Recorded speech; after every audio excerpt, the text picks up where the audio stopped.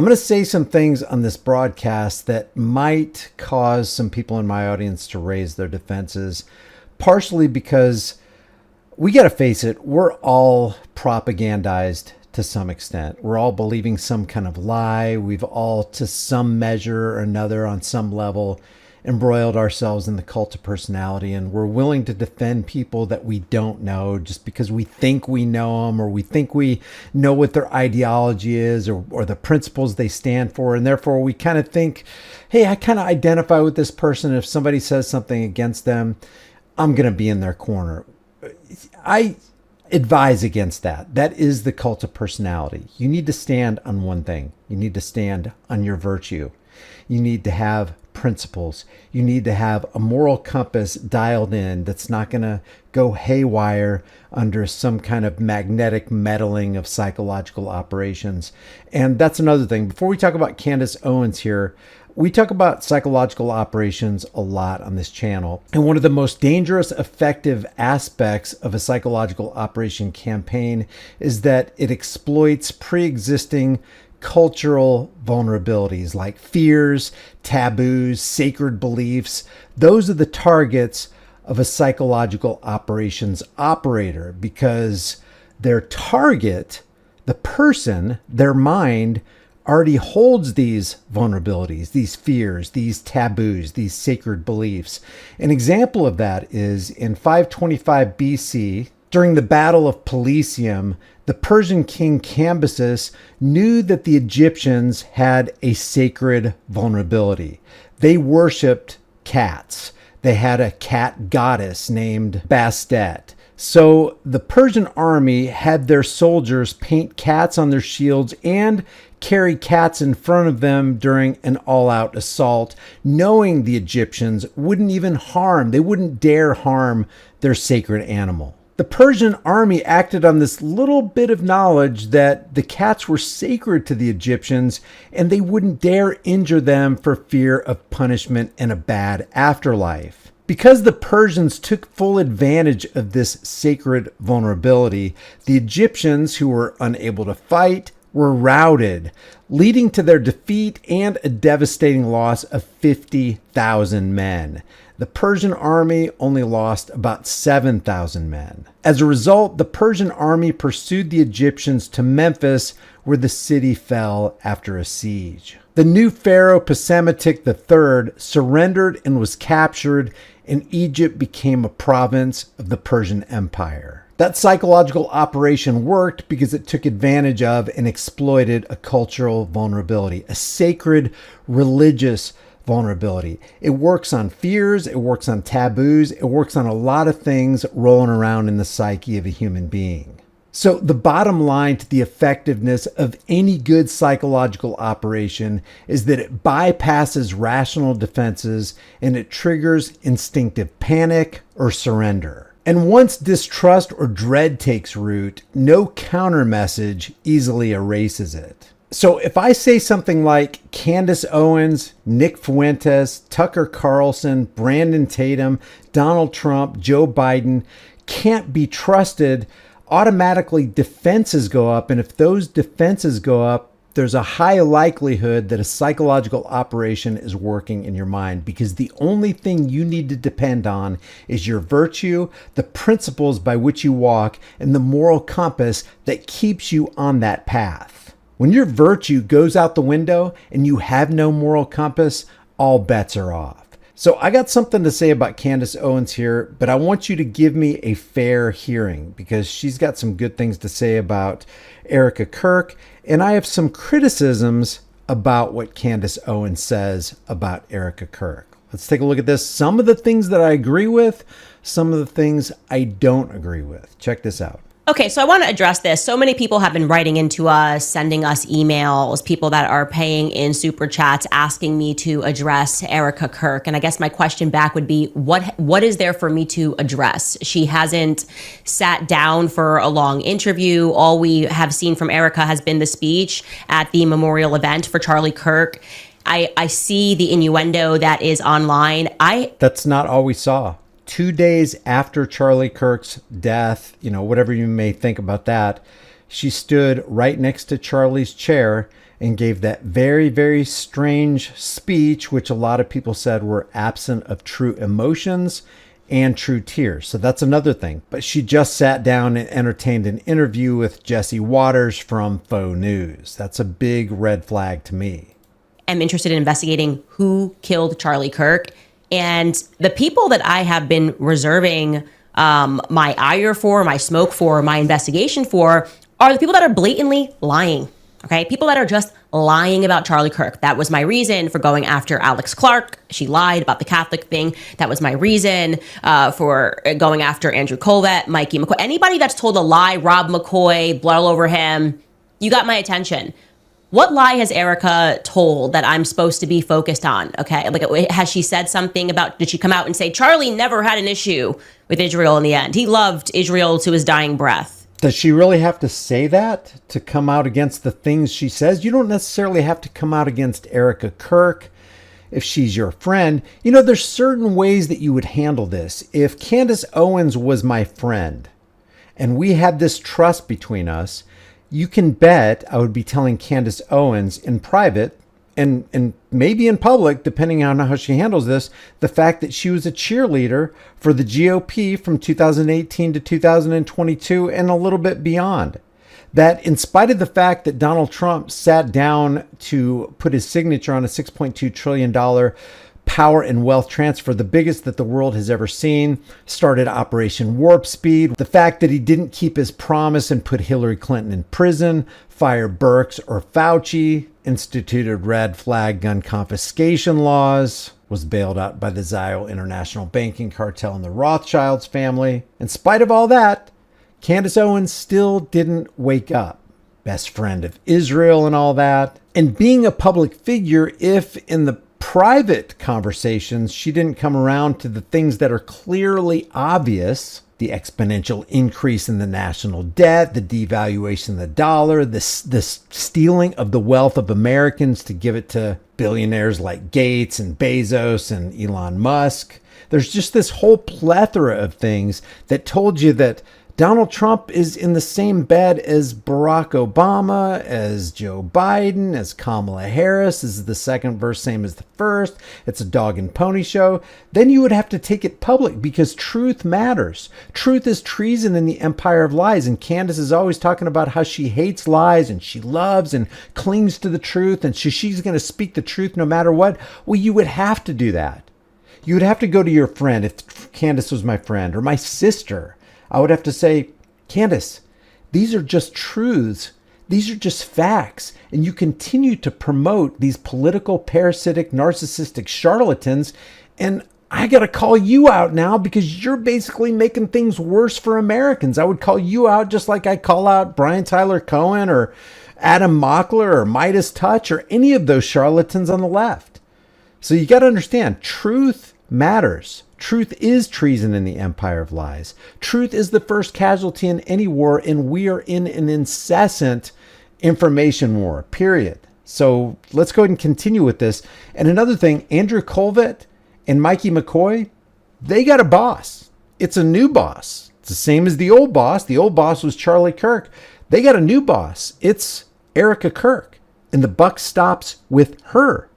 She continues to employ the official TPUSA spokesman, Andrew Colvett. She hasn't fired him. If Andrew Colvett is telling lies on the books of TPUSA, then the buck stops with Erika Kirk. So in essence, she's lying by proxy by letting this liar, this psychopathic liar, lie for TPUSA, which is Erika Kirk. So you can't separate them now. She hasn't done that. She simply hasn't done that. She's looking at this in a skewed way.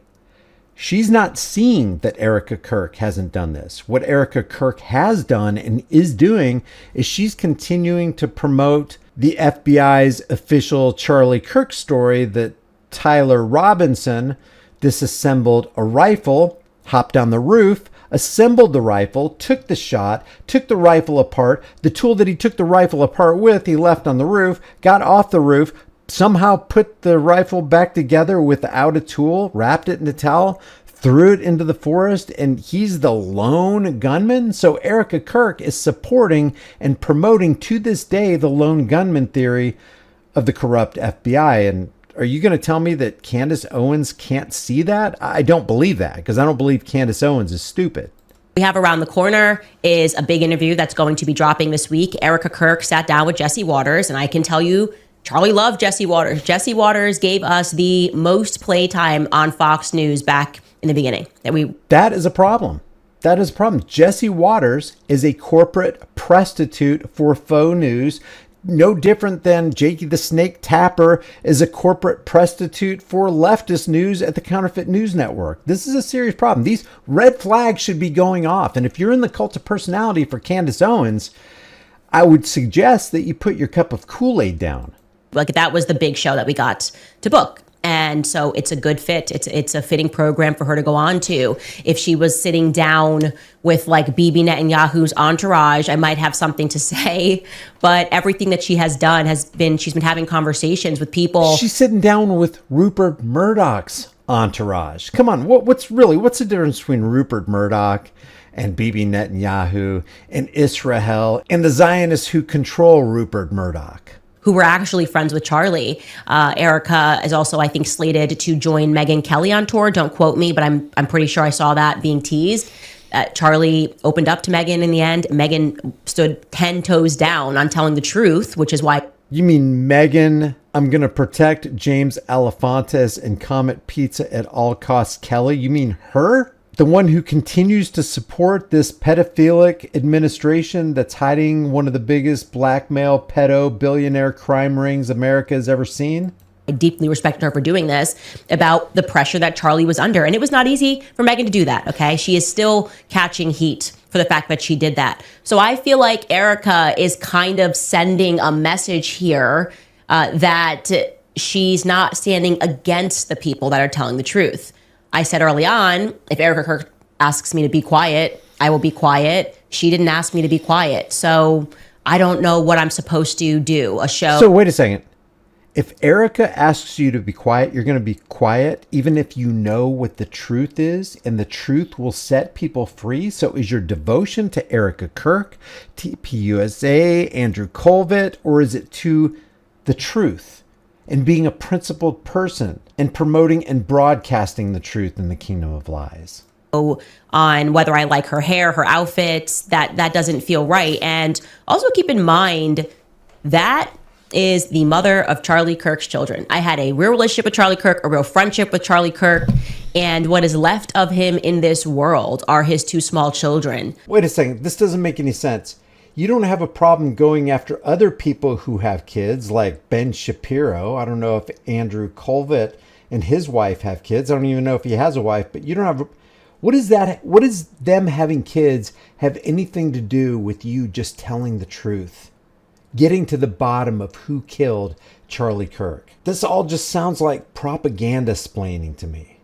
Just take a baseless attack. If I catch her in a lie, it's a little different. But to just take an attack on her does not feel appropriate to me. I haven't seen any. I think this is being completely disingenuous, because I don't think anybody's saying, hey, Candace, why haven't you attacked Erika Kirk? It's not about attacking anybody. It's not even about attacking TPUSA. It's just telling the truth about what TPUSA is, how much money they rake in, who they bow down to, what nation they actually support above and beyond the United States. It's not about attacking anybody or any organization. It's about telling the truth. Now, if you take telling the truth as an attack on somebody, then I think you need to readjust your thinking. Reason to do that. So I'm looking forward to the sit down with Jesse Waters. I think we're going to get a lot more from Erika, and we're going to see where her mindset is. Currently, there is one clip that is going around, and I have some unsolicited advice for Erika, and I appreciate the sentiment of what she's saying here. Let's take a listen. The defense wants to ban cameras in the courtroom. How do you feel about that? There were cameras all over my husband when he was murdered.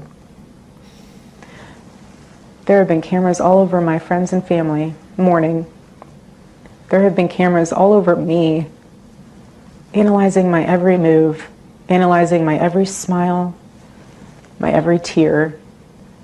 We deserve to have cameras in there.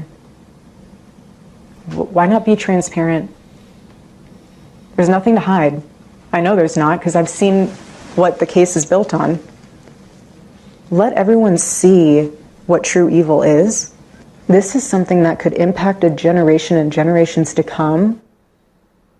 So I agree with his sentiment, and I'm glad that she has pointed out how ridiculous it is to not want cameras into the courtroom, how ridiculous it is to allow him to appear virtually, not even on camera, for some pre-hearing matters. None of this makes any sense to the public. And what I did say early on, I don't remember which episode it was I would not have wanted Erika it would not have been my advice for Erika in a stage of grieving to go from being the widow to being the CEO and the chairman of the company. If I was running the company, I would have said, let's put in place an interim CEO, right? Someone below Justin Strife, I think, was the COO.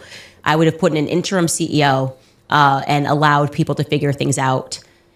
Because it is a true statement that there's two things happening here. There's a widow, and then there is the chairman and the CEO. And that person, no matter what, is going to have to catch heat for any decisions the business is making. That's just the reality of the way the world works when you're...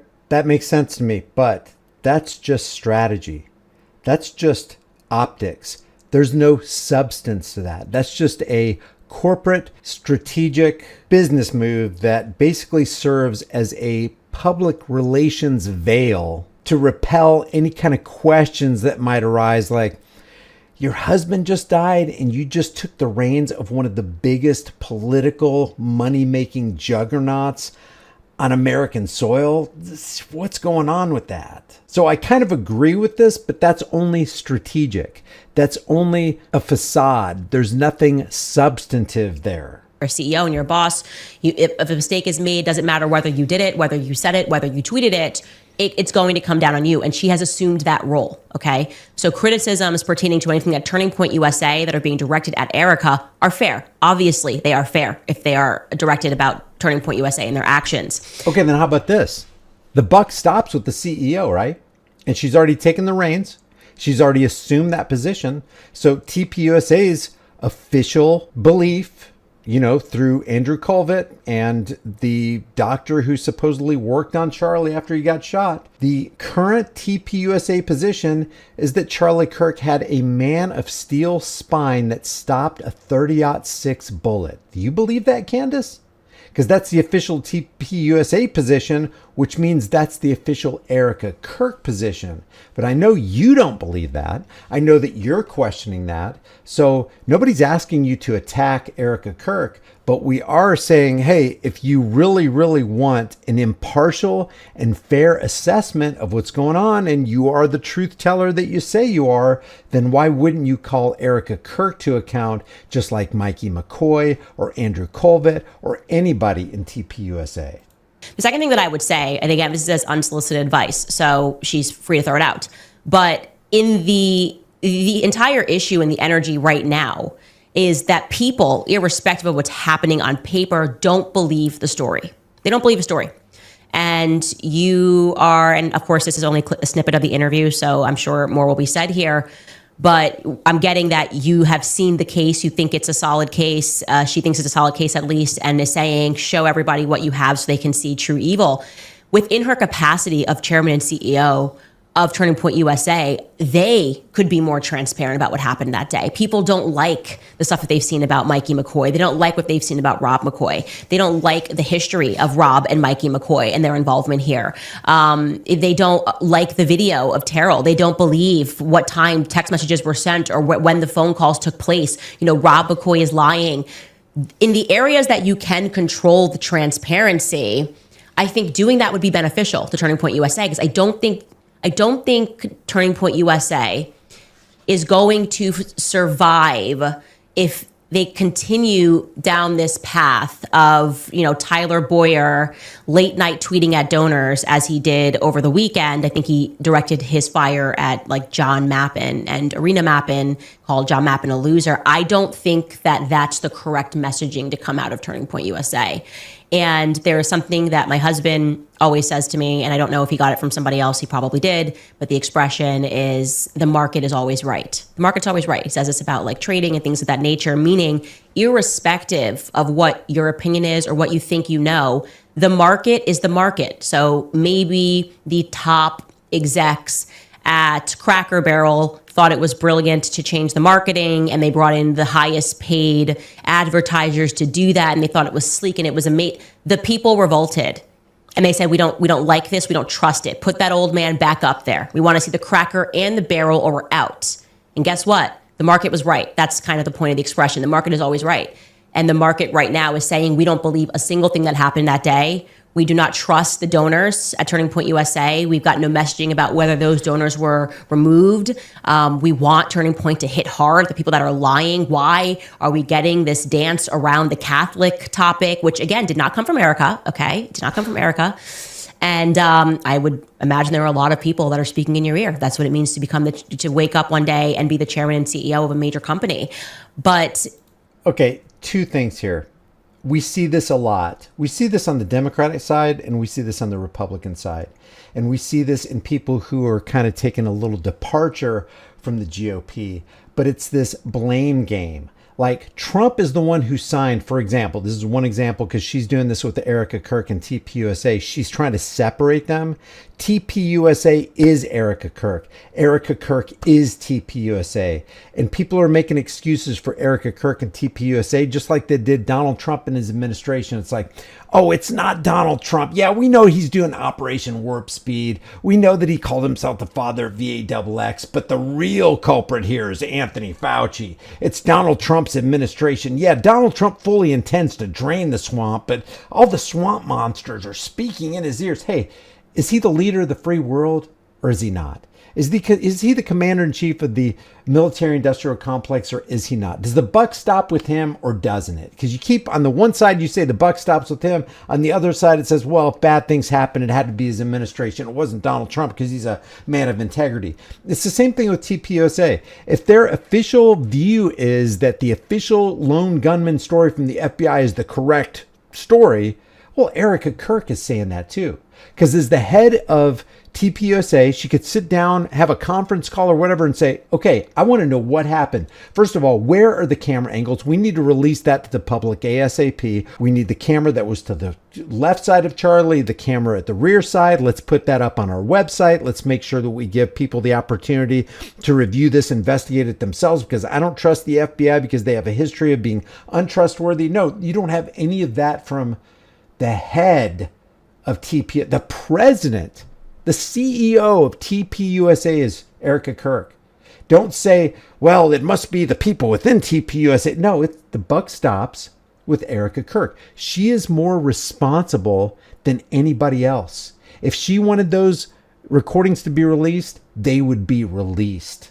But they're not being released because she doesn't want them to be released. She's not exploring any options like, wait a second, maybe the FBI is not right. Maybe Charlie was shot from the side or the back or whatever. Maybe his neck didn't stop a 30-06. Wow, I've seen the YouTube videos. There's no way. It can go through three full-grown deer. It can go through concrete. It can go through a ballistics dummy with ease and a 2x4 and still make it out the other side. So this, I don't buy this Man of Steel skeleton thing Erika Kirk could say. But Erika Kirk is not saying that, and for some reason, Candace Owens is giving her a pass. She's kind of saying, well, I'm going to take the truth and I'm going to put it down over here for Erika Kirk, but I'm not going to put the truth down for Andrew Colvett and Mikey McCoy. That is nonsense. Mikey and Andrew's boss is Erika Kirk. So if you're going to question them, you need to also question her. She is the head over them. What's the disconnect here? And she just admitted, Erika said, I've seen what the case is built on, and the people need to see this evil. Talking about Tyler Robinson. Ain't nobody buying the official story. Erika is, though. Ain't nobody spewing the official story except the FBI and Erika. But again, Candace Owens, silent. Why? This really makes me question her devotion and loyalty to the truth. People are going to need clarity on these matters because it doesn't feel like those snakes are out of the garden. That's what it doesn't feel like, I would say. And so, yeah, I would say in every aspect that you can be transparent, which doesn't involve the feds, I would do that. I look forward to obviously watching the interview that is going to premiere in 2 days on Fox News with Jesse Waters. I will certainly be watching. Now she goes on to talk about Kash Patel, but I want you to leave your thoughts about this. Do you think I'm wrong? If I'm wrong, what am I wrong about specifically? Let's get out of this cult of personality nonsense. Let's wipe the cognitive dissonance cobwebs from our brains, and let's start trying to think clearly. Why does she appear to be laying cover for Erika Kirk when she seems just as guilty as Andrew Colvett, Mikey McCoy, and everybody else at TPUSA? Leave your thoughts about this for the world and the global thought police in the comment section below. If you want to support this channel, you can do it for free. Do not give me money, but if you could, stop for a second right now, like this video, share this video, subscribe to the channel, and hit the bell notification icon. It really, really does help get the word out. And that's the goal of this channel, is to set brush fires of freedom in the minds of men. Until next time, think for yourselves and flee from the cult of personality. I'll see you in the next one.